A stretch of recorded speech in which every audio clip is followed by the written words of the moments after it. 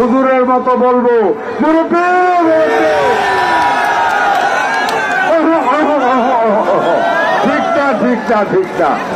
ঠিক আছে না? আর যদি বয়সে ছোট হয় ডাক দিয়া কব, শোনা ভাই, শোনা ভাই, যদি আন্দোলন দিতে হয় হাজারো শহীদের রক্তের সাথে বেইমানি করা হবে। এটা আমরা করতে পারি না। এই শহীদের রক্তকে যদি মূল্য দিতে হয় লক্ষ লক্ষ মানুষ, আমরা আবার সত্যিকার অর্থে গণতন্ত্রে ফিরিয়ে আনতে হয়। আমার ভোট আমি দেব, যাকে খুশি তাকে দেব। যদি এনজয় করতে হয় তাহলে প্রথমে আমাকে যেন কেউ কোনো দুর্নাম না দিতে পারে সেদিকে খেয়াল রাখতে হবে। আমরা কি খেয়াল রাখবো?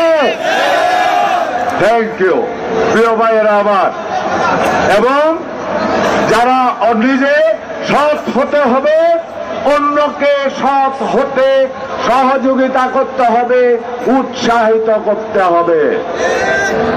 আপনারা কিছুদিন আগে, আমার বক্তব্য আর বেশি দিচ্ছি না প্রিয় ভাইয়েরা আমার, কয়েকদিন আগে আপনারা দেখছেন না আমরা কেউ খারাপ কিছু করতেছে, চাঁদাবাজি করতেছে, ঠিক না।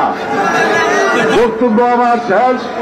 প্রিয় ভাইয়েরা আমার, যে কোনো পরিস্থিতিতে এই আন্দোলনকে সাকসেস করতে হবে। এই দুঃসহ জীবনকে যদি উন্নয়ন করতে হয় তাহলে আসেন গণতন্ত্র ফিরে না আসা পর্যন্ত আমরা নিজে সৎ থাকি, সৎ পথে চলে অন্যকে সৎ থাকতে উৎসাহিত করি। ধন্যবাদ আপনাদেরকে। বাংলাদেশ জিন্দাবাদ, বাংলাদেশ জাতীয়তাবাদী দল জিন্দাবাদ, শহীদ জিয়া হোক, বেগম খালেদা জিয়া জিন্দাবাদ। আগামী দিনের আমার প্রিয় নেতা ঈশ্বর কথা বলি, আমরা বিএনপি নেতা কর্মীরা ঐক্যবদ্ধ থাকি, আমাদের ক্ষতি করার শক্তি কারো নাই।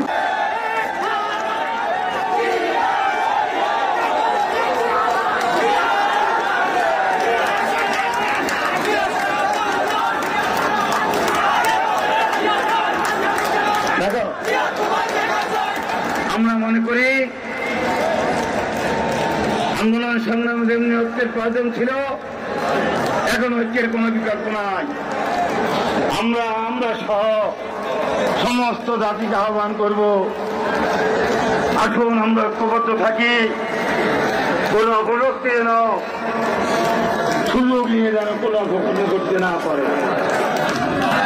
আমরা যে প্রাধিবাদকে আমরা বিদায় দিয়েছি, সেই প্রাধিবাদ যেন আর কোন মাথা